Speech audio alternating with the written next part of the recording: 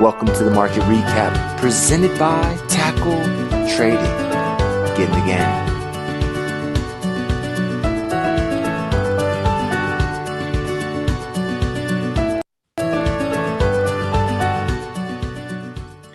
Good afternoon, Tackle Traders, and hello, YouTube. This is Frank coming to you with the market recap. It is Thursday, the 13th of June. It feels like yesterday all over again. Basically, nothing happened, broadly speaking, today in the stock market. Did see some movement over in crude, but the stock market looks an awful lot like it did yesterday as we kind of gapped up on the open and have just been sitting in this tight range all day long, like 15, 16 points on the S&P 500. And good afternoon, Jasari. Hey there, Fortino. Great to see you. Hi, Patricia. Hope you guys are all doing well. Hope you had a great day, both in and out of the market. Hey, there's Jimbo. How you doing, my good man? How are you today, sir? Great to have you here. It was just one of those days where it feels like you didn't miss anything if you weren't around. We saw, it was interesting, last night, sometime late afternoon, we broke down a little bit on the ES contract, but that really was just a very short-term thing. By the time the market opened up this morning, we were, in the green, gapping up on the open, and then we did nothing. Look at today's price action on the S&P. It's almost, I don't know, maybe I'm not, I'm easy to please, but this is hilarious. Big green candle to start the day, big green candle to end of day, and nothing in between. Just more and more sideways action all day long. And really, that's kind of been the recurring theme these last few days. You look at the S&P 500 now over the course of the last several days on an intraday time frame, and it's just not really doing much. And that's a little out of character from kind of what we've been used to, right? We've been had some pretty big movement both to the bullish and bearish side. Not necessarily a bad thing. The market, it needed some sort of a breather for that next opportunity, right? Broadly speaking, there's always something out there, though. And good afternoon there, J3. And yeah, there's always something out there, though, Jimbo. We got to keep those eyes open, right? There's some interesting things. We'll take a peek at probably a couple of them before we're done here today. On the S&P, I mean, really, it simply comes down to we're stuck in a little trading range. And until we break one way or the other, I don't think we're going to get that clear defined signal. Don't mind it. Hopefully we have one more boring day tomorrow. We're still in this range, and then we push either above or below early next week. That's kind of what would maybe be ideal. You guys know me.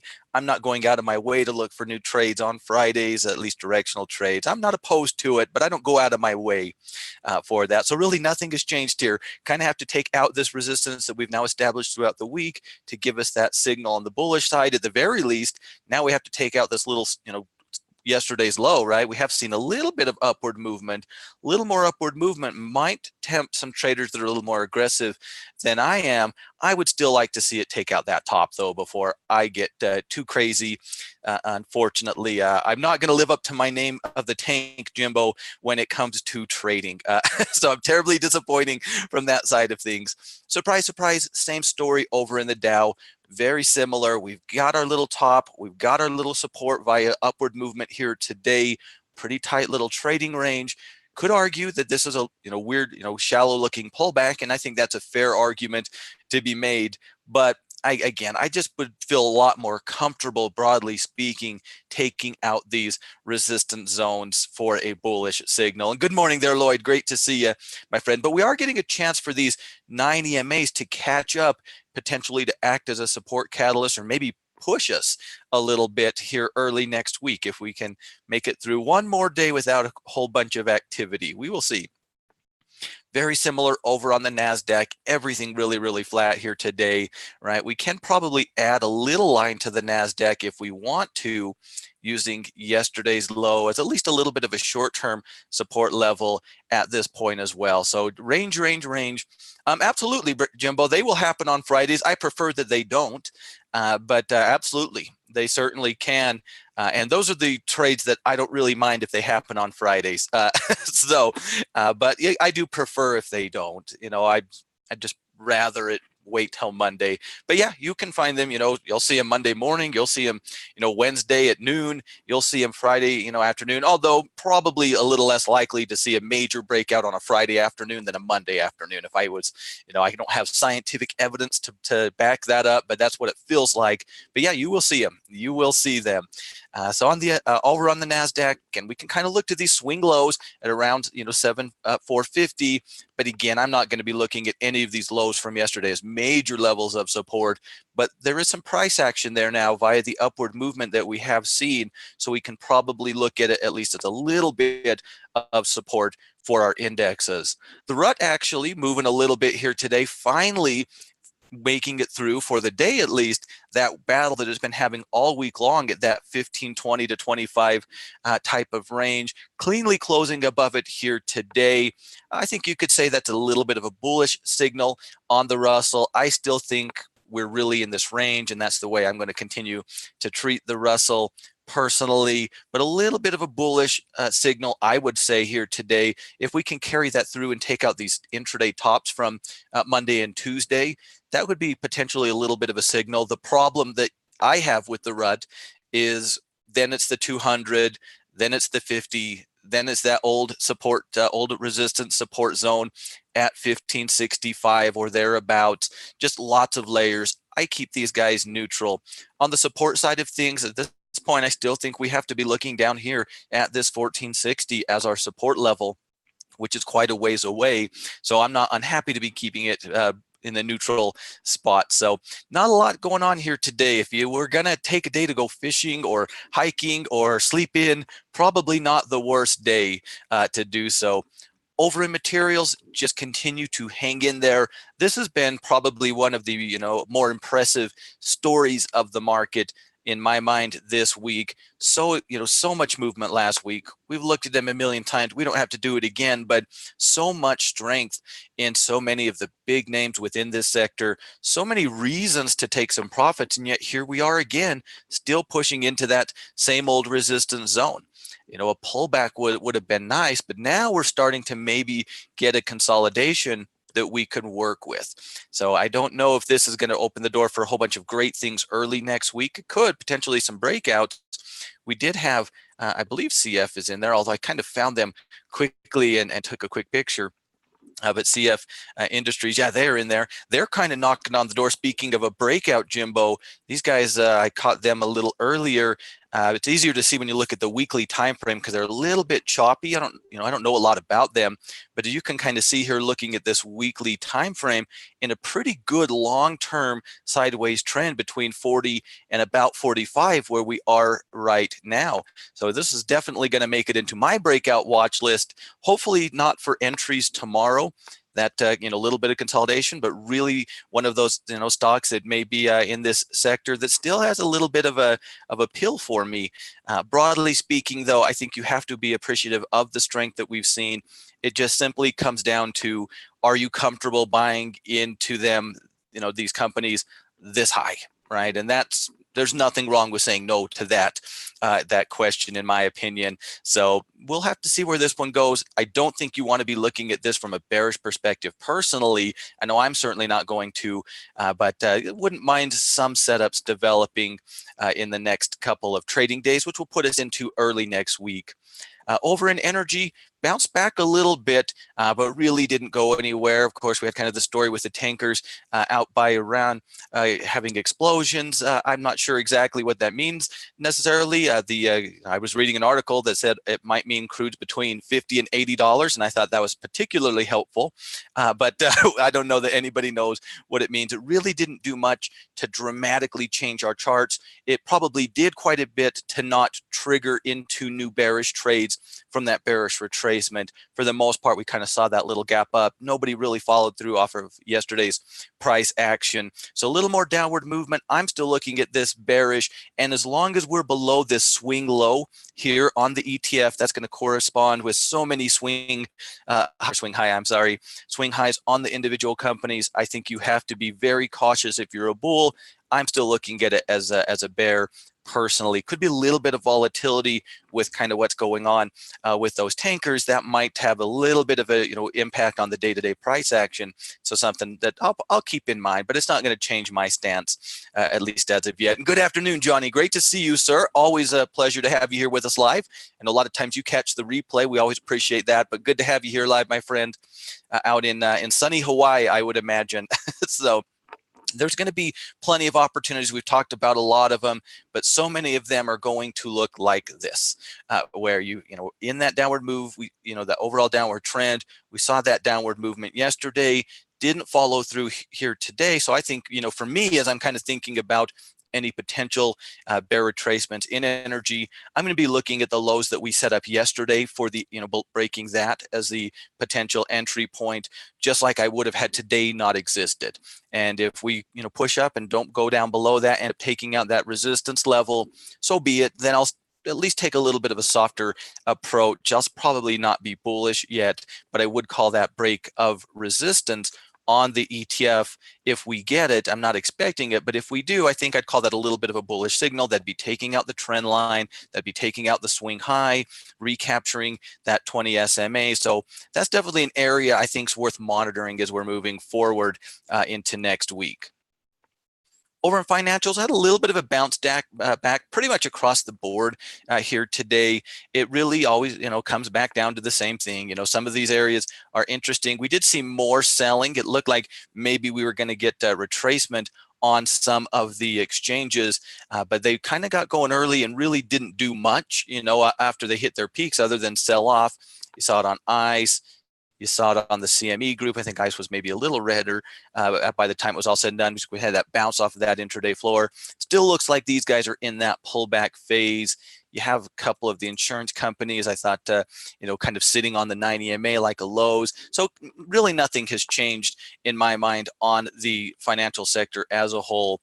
Got to be careful with the big banks and the big managers. JP Morgan, that's not a great looking chart. We've looked at many of these banks, and they're somewhere between blah and bearish to my eyes, and that continues to be the case, and that will continue to be something I'm thinking about as I'm working with the financial sector. But not a lot has changed. A little bit of upward movement. Again, we could call this a pullback. Upward movement tomorrow morning, taking out intraday resistance. I know some traders who would use that as an entry, and I wouldn't fault them for that. So an area held the 50, established a little bit of support, probably need a little more upward movement across the board for a real signal, but I do think that it is a step in the right direction over there in the financials. Industrials had a decent little day, and I think it's kind of worth talking about the differences that we're seeing in these defense companies. We talk a lot about them. They've been pretty good on my end, at least. They've been things I've been enjoying as of late. We talked, about a few of them yesterday. You have things that have held up nicely during this whole UTX RTN merger thing, but it's not been RTN and UTX, right? We've got UTX. You could make a very strong case that if this little floor gives out that we established early in the week, there's room to the downside. Certainly not a great bullish chart. RTN actually, while it was on the intraday, it actually did break a level of support. We can zoom this guy down here. So much for the breakout list for you. It rallied off of that low, but we gave it out pretty early in the day. So we're seeing real weakness on that side of things. Of course, on the 3Ls and the Lockheeds of the world, they're still looking pretty nice. Then you kind of have folks that are kind of stuck in the middle, like Northrop Grumman. They're kind of stuck right in the middle where we took out that swing low, but we've recaptured that swing low, at least as of this moment in time. So we can say that support has held, if you will, kind of messed our chart up a little bit. So it really is an area, if I'm looking really on both sides, I'm interested really from both perspectives within this space right now. I still favor the bullish nature overall, but I'll be pretty darn picky about the ones I'm working with. And it won't be UTX and it won't be RTN. I do know that much. We saw some good movement here today. I mean, not great movement, but by today's standards, we did see some pretty decent movement in this space. We've got Honeywell knocking on the door for a Friday breakout, maybe, Jimbo. Maybe, it's right up there, right? That would be a little bit of a breakout. On the other side of things, I know a lot of people, myself included, are watching 3M as a potential bearish retracement candidate. Not there yet in my mind, but certainly that could change relatively quickly in the days to come. You even have, the cats of the world that are kind of in this. Well, now we've seen some downward movement after really being in a downward trend, having kind of the little V-shaped week of last week. Now, if we can establish a support zone and break resistance, would at least be a signal of potential reversal. So we're starting to see some interesting things going on over there in the industrial sector. I think still one of the more interesting areas in the market right now. At least it feels that way on my end. On the ETF itself, I think you could argue, as simple as above today's high for confirmation. I think you could be a little more conservative and look to take out the previous high. But if you're going that far, you're probably thinking about that 77. At least that's what I would be thinking, where we do have a ton of history on the ETF. But I do feel like this is an area that's still pretty intriguing from really both perspectives, but in particular from the bullish side of things. At least from the technicals, I'm finding a lot more interesting bulls in the industrials than the bearish side of the world. Over in tech, we had a little bit of a bounce back day in the semiconductors. We do have a light earnings before tomorrow's open, but we do have Broadcom coming out here tonight. Didn't have a chance to see what they were. They hadn't released their results, so I'm not sure what they were. Maybe that will push us one way or the other as they report those earnings. Certainly Broadcom, not a small name in the market. On the actual ETF, really not a lot has changed. That still concerns me, though. Semiconductors and the way that they're going to be moving means a lot to me on tech as a whole, and even in the market, as to a certain extent. I still believe that we're kind of in that undecided place. Again, I know I said it yesterday, but I didn't remember it. The semiconductor ETF, there you go, SMH. I don't know why I can't remember that. You would think, but no, not the case. So this is the test right here, right? Some upward movement. I'm not interested in this as a pullback opportunity, broadly speaking, although maybe if we see some upward movement, you can make an interesting case for the AMDs of the world. But you have to kind of keep in mind that for everything that looks like AMD, there's multiple things that look something like CLAC here, something like CLAC, putting up a little bit of signals, but really need to establish that support, really need to break that resistance, whether it's on the ETF or several of the big names within this space, to really get too excited about tech as a whole and the semiconductors in particular. We've got breakout candidates, though. I make an argument that Cisco is a really good breakout candidate. Probably don't have to worry about making a decision tomorrow one way or the other. You never know, but very clear top. Maybe we can create a little bit of a cup and a handle pattern breaking into next week. Even Intel has kind of been trying to establish a little bit of a floor. I'm not interested. I don't trust that, but can't change the fact that it's showing a little bit of strength. Visa, kind of a week of consolidation. Not a great week for the Visas and the MasterCards here today, but really didn't do anything to mess around with their overall trends and things of that nature. So can like where we are overall beyond the semiconductors. It's an area we really have to be, I think, much like the services sector, we have to be very picky and kind of look. I'm going to look at semiconductors as a whole, that is for sure. But then the individual components, yeah, I would trade, be open to trading a breakout next week on Cisco, or, if Microsoft, sets up in the next little while, you could argue that upward movement tomorrow would be an entry point into Microsoft. I'm open on both sides of things in tech. I'm just not very open on semiconductors until I see that next swing, and I'm not going to really like tech or really dislike tech until I feel like I've got a good handle on what that next swing is on the technology sector. So wish I had more insightful things to say, but that semiconductors can really impact things, as you guys know. Just another nothing over on the staple side of things. We're range up. We're pretty extended, as we know here. And unless you are brand new, and if you are, welcome. We're excited to have you here. This is just, the big breakout point, right? This is just as high as we've been, showing a lot of strength. I think we've actually, technically speaking, hit a new high on this ETF. It continues to be a strong area. We did see a little bit of profit taking in some of the names out there, like the Cokes and the Pepsis. But again, we've looked at many of these things as of late, and most of them are showing pretty good overall strength within the market. So there you go. Hey, Pascal, great to see you. Yeah, the bears are your friends too. The bears are absolutely your friends. I still think for a bearish watch list, I'm still watching PM as a breakdown candidate, building a nice little floor over the last several weeks. But for every one of them, there's a lot more Walmart. Walmart finally, after breaking out over a week ago, had a day where it was technically down on the day, right? We've seen so much strength in this area, and I really don't see any logical reason to think that it needs to end tomorrow. That's for sure. So some of these things may be a pullback. I mean, who wouldn't like a nice pullback on Coca-Cola if you chose Pepsi over Coke? Not the most regrettable decision you'll ever make, but I would have rather had Coke, if I'll be honest, as of late. So a little bit of a pullback would not be a bad thing. Over in utilities, a little more upward movement here today, setting up that higher high and that higher low.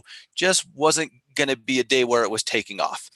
Much like the market gapped on the open, and much like the market, maybe not quite as tight of a range, but it really just back and forth all day long. And so really, I think at this point in time, you're still looking at our primary support, still looking at this as through a bullish lens, still thinking, hey, if we continue upward movement tomorrow, can it continue that overall upward movement to continue going into the days to come? Still an area that, again, much like the staple sector, it's the timing thing. I get 100%. If the setup's not there, it's not my fault. It's not your fault. It is what it is, right? But overall, looking at it from a bullish perspective, I can't really get behind the bears. That I've not really talked to any, but if I did, I would have a hard time, I think, understanding their argument on the utility sector. We did have SRE we looked at, and I know a couple of us were looking at it yesterday. We actually took out that resistance level here today on SRE. So there's just a lot of bullish charts out there, as you guys are all well aware, on the in the utility sector. We saw more selling than we've seen for the most part lately in healthcare. I mean, it wasn't a tremendous downward day, but there was definitely some selling. We saw Pfizer kind of doing its little dance, and nice of it to do so, because this would be a breakout. And now I have a hard time seeing how it breaks out on a Friday, Jimbo. Could happen, but if green candle could happen as early as tomorrow, red candle, that's a lot of movement. Probably can't happen in there. We saw Merck hit the all-time high yesterday. A little bit of profit taking over there. Lilly, after a little bit of a bounce back after that initial break, really started to sell here today. Our good friends in CVS, of course, still hanging right smack dab in the middle. I thought an interesting chart, though, on one of the most interesting ones, I thought at least, going into next week. Allergen. Why Allergen? There we go. Not ACN, AGN.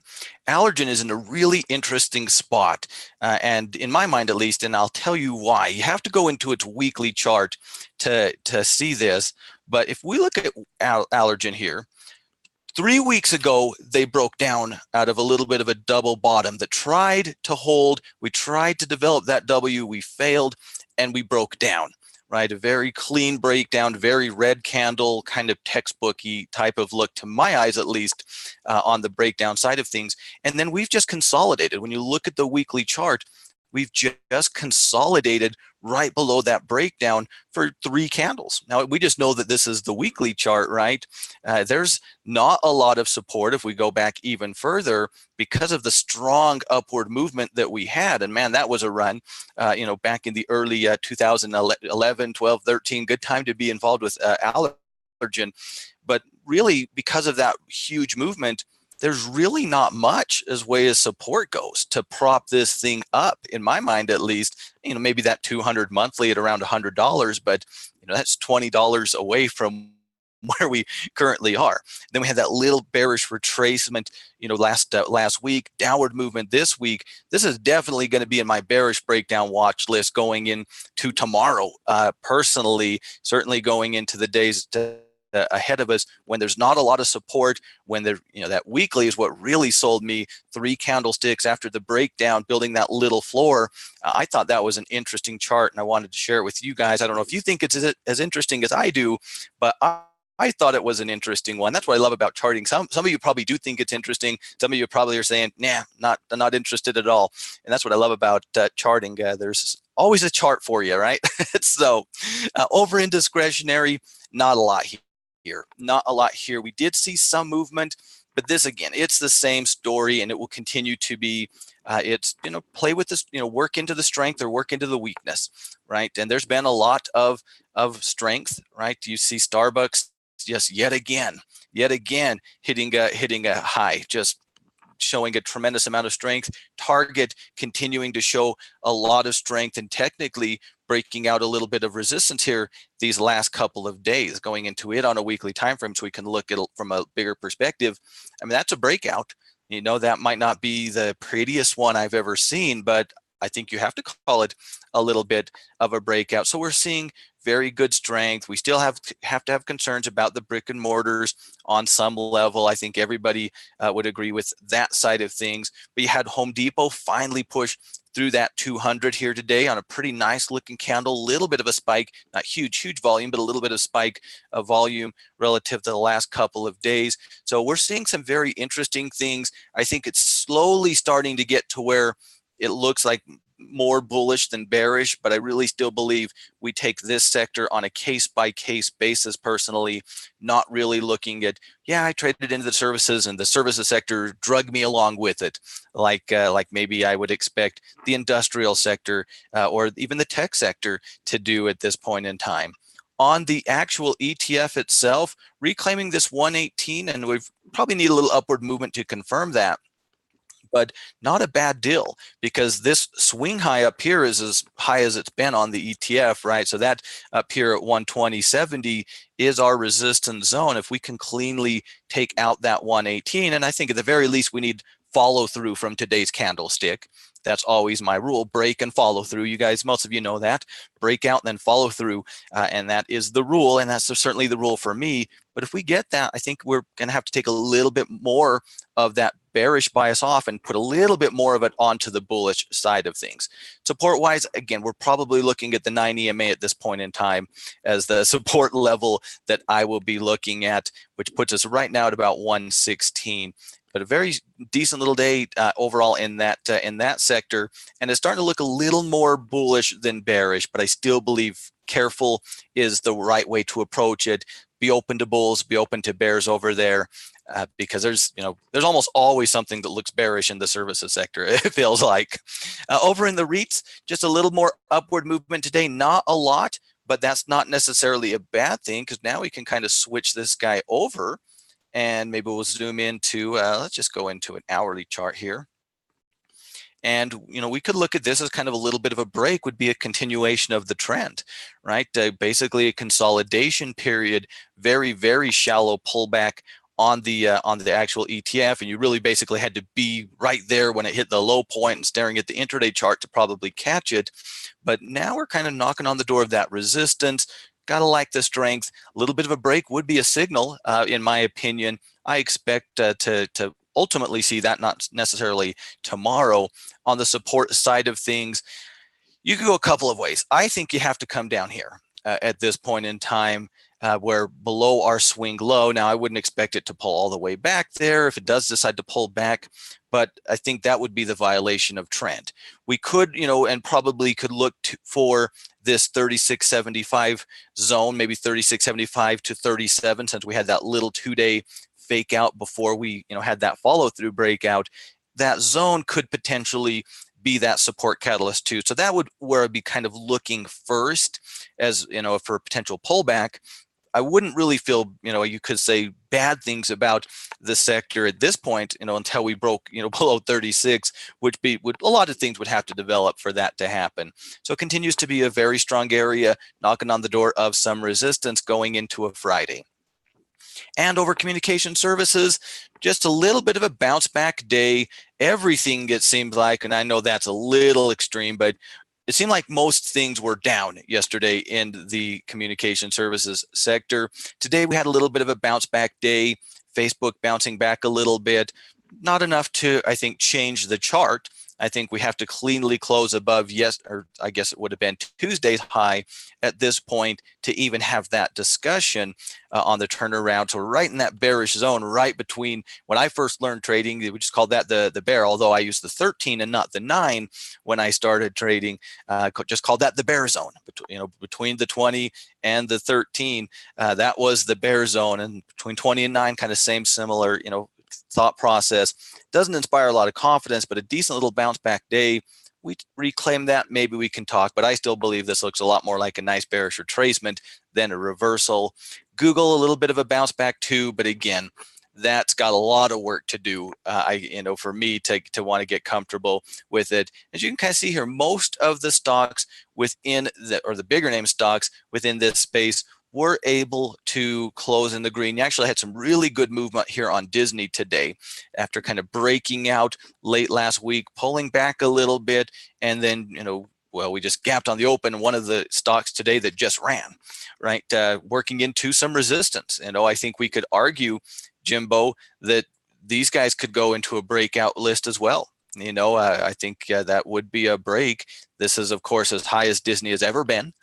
This swing high from our big gap and run. Maybe a pullback and then a cup and handle pattern would be nice, as opposed to a break tomorrow for my tastes. But I think you could at least make the argument over there. A lot of strength. You still have some relative weakness / neutrality in the Netflixes, in the EAs, in the Activision Blizzards. I would argue in the AT&Ts as well, and in the Verizons as well. So this continues to be an area that I have a hard time feeling strongly one way or the other.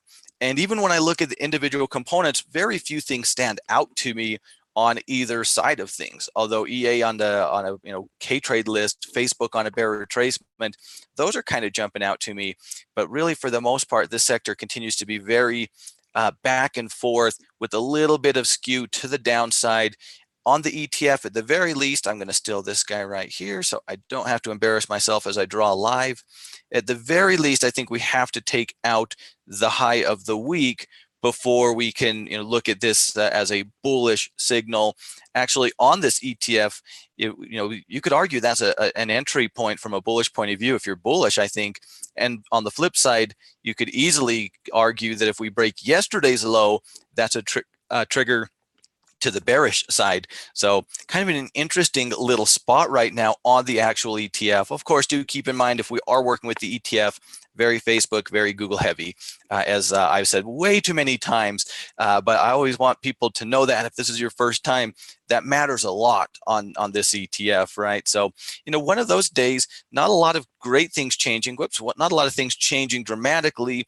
We're really tightening up, and what that means to me is it's just a matter of time till we bust out one way or the other. On the S&P 500, I mean, you don't see, even on boring days, a lot of days where you're in such a tight range. Ideally, whichever way it wants to break, happens next week and not tomorrow in my mind.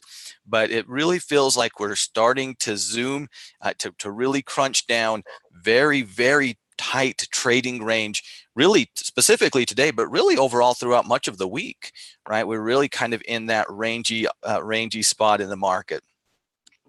As we look over at the VIX, where are you there, VIX? Not a whole lot to see here. Big, boring days in the market usually mean a little bit of downward movement on the VIX, right? And to no surprise here, that is where we find ourselves today. Little more upward movement in the dollars now. We've come off of that 200. Now we're starting to work into the challenges. Now we've got the 9. We've got this old 97 zone.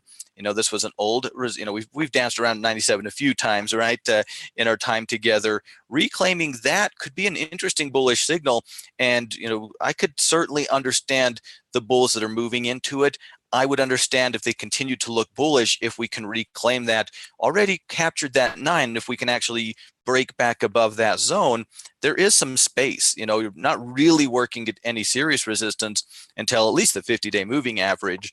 And you could easily argue that because it's flat, it's more around that 97.60 zone. The big takeaway here, though, is this support zone. We went from assuming that buyers might buy here to now knowing that they did buy off of that price. So why don't I just steal you here? If that gives out, that's a pretty darn bearish signal, right? And it's going to be really interesting to see if we run into some resistance here and see some downward movement. That's also going to look like a bearish retracement, right? That's one of the things when you see bounces off the 200 to get there. We had to violate some short-term support along the way, violate those short-term moving averages. So when we see that bounce, we have to deal with that, right? So this is going to be a fun battle to watch. Practically speaking, I'm not overly interested in it right now. Still think the best signal, quite honestly, is the break to the upside. But the longer we're in this range, the break to the downside could be a potentially interesting short-term signal as well. That's a pretty important thing. We've held the 200. Buyers have come in. Not a ton of super strong sentiment. Certainly wouldn't be a ton if we were to break below that. So kind of in an interesting spot, I believe, over in the dollar. In the metals, took another run at that 1350 resistance, not quite getting there. 4 new entries on gold. You probably are looking at it from that point of view. If you didn't have an opportunity and if you weren't kind of intraday or moving quickly yesterday, probably didn't trade into the pullback. I think we have to respect this 1350. A break I would absolutely call another bullish signal. On the support side of things, the very least, we're down here at the swing low at this 1320 to 25 range. Anything above that, I really have a hard time wanting to have a bearish discussion on gold. Just continues to show quite a bit of strength, and it's working its way into silver too. Now the chart is nowhere near the same in silver in my mind, and so I'll continue to say about the same thing I almost always say, and certainly as of late. Gold interests me, silver does not at this point in time, but starting to show, we have held this higher low here. If we can kind of reclaim the upward trend, right, get that higher high, which is going to take some work, then I can start to be interested again. But right now, it's gold in my mind and not silver from a technical perspective. Not a whole lot has changed on that end. Not a whole lot has changed on natural gas either. Just continues to really, really struggle. That was a big break, right? We talked a lot about it. We talked a lot about when I thought it was versus when somebody else might have thought it was. But I think no matter what we were all looking for, we've got that break. If we take out this little floor that we've now built up over the last I guess several trading days, I think you could argue that's another bearish, potential short-term at least bearish entry point. As long as we're below that breakdown point, again, it's bearish or nothing in my mind on natural gas. That is a pretty ugly candle. We do have one more day, but if this is our candle tomorrow, any downward movement on Monday would look like a pretty interesting technical signal, in my opinion, or I guess on Sunday, since we're talking natty gas here. So still breakdown, still not really any bullish sentiment on natural gas, at least as of right now. And as long as we're below that breakdown point, I think you have to say, I'm not bullish. However bearish you may or may not be, that's understandable. But I don't think you can say, yeah, this is a turnaround. If it is, it'll have to happen without me. That is for sure. And then, of course, the exploding tanker news, which doesn't seem like anybody knows too much about. And the little browsing I was doing, it didn't seem like it, at least. We did see a nice pop in crude. Of course, we ran up, but we were not able to sustain that, running into that 9 EMA and working well off of the intraday highs. Crude is in an interesting spot right now because we've talked a lot about 50, and 50 is kind of where I'm looking at it, right or wrong. I'm calling that 50 zone important. But if you say, well, Frank, it's not really 50, the prices, we had a 49.50, we've got this low from last week as a potential entry. I mean, we could maybe make a case that if we take out this little floor that's developed now between last week's low and yesterday's low, that would be another bearish signal. My counter argument would be 50 just seems like too big of a number. And so for the actual breakdown, I think I need to see it break 50 to feel like that breakdown is in play. But purely technically speaking, I think you could make a very strong case that 50 is not nearly as important as our actual low here at about 50.50 as opposed to the $50 marker. On the other side of things, again, now we know where resistance is, right? Now we know that it's the swing high. We know where we shouldn't go above. So now at least we know the signal, the continuation signal or the reversal signal, right? Whatever side I might be looking from, and who knows, depending on how long this goes and what that ultimately comes out of the tanker story, if anything does, maybe there can be some bullish sentiment behind it. After all, it could be trading between $50 and $80 according to the article that I read. So I guess I better be open to both sides. And I think that is true. I kind of poking fun at that, but I do think it is true at the same time. But at least I know that first bullish signal is going to really need to be above 55 if that's the side that it wants to move towards. Breaking below this swing low, I say it's $50. I think you could make a case that it's a little bit higher than that, though. If you wanted to, that would be the next signal to the downside. So, I mean, it was, crude actually gave us some movement here today, but really for the most part, charts remained intact, relatively unchanged from where they were yesterday as we move into one more day before we get to sleep for a few days and let the market decide what it wants to do. Right now, it really feels like nobody wants to make the first move. And again, I get it, because I never want to make the first move either. But eventually someone's going to have to. That someone doesn't have to be me, and it doesn't have to be you, right? But eventually something is going to happen, because I seriously doubt we're going to trade between 2880 and 2900 on the S&P for a particularly long period of time. Breakout would be interesting, but hopefully next week we will see where tomorrow takes us, no doubt. But I do think we can use these little lows that we moved off of from yesterday as a little bit of short-term support for our technical signals. If they give out, maybe that's where we start to see a little more selling, just like we can use the highs of the week. If they give out, maybe that can be a catalyst for a little bit of buying. So, ladies and gentlemen, that is where we find ourselves here today, and certainly is going to do it for the market recap. But as always, it is certainly my pleasure. I appreciate everybody's time, and thank you for joining me and going through the process with me. Always helpful for me, and it's certainly more fun to do it with you guys than doing it by myself. So thanks for hanging in there with me here today. We've got the Cash Flow Club going on here over at Tackle Trading this afternoon or evening.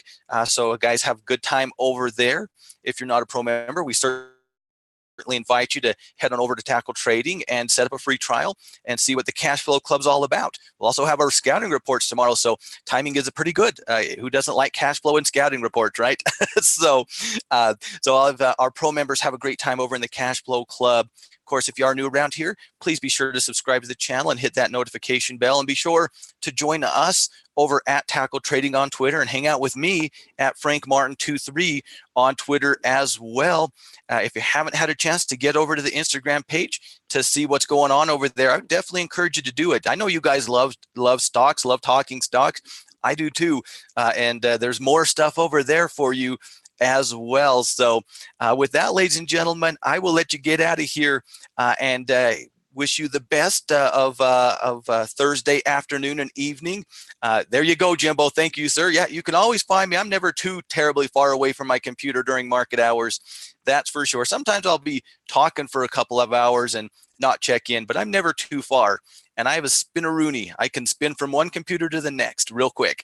So thank you guys so much for your time. As always, you guys have a great Thursday. Enjoy the Cash Flow Club here tonight. I will see you tomorrow. We'll have a sneak peek at some of the stocks that I'll be bringing to the scouting report meeting for our watch list for next week. So get out of here, guys. Thank you so much for your time. Have a fantastic afternoon, and I will see you tomorrow. Bye, everybody.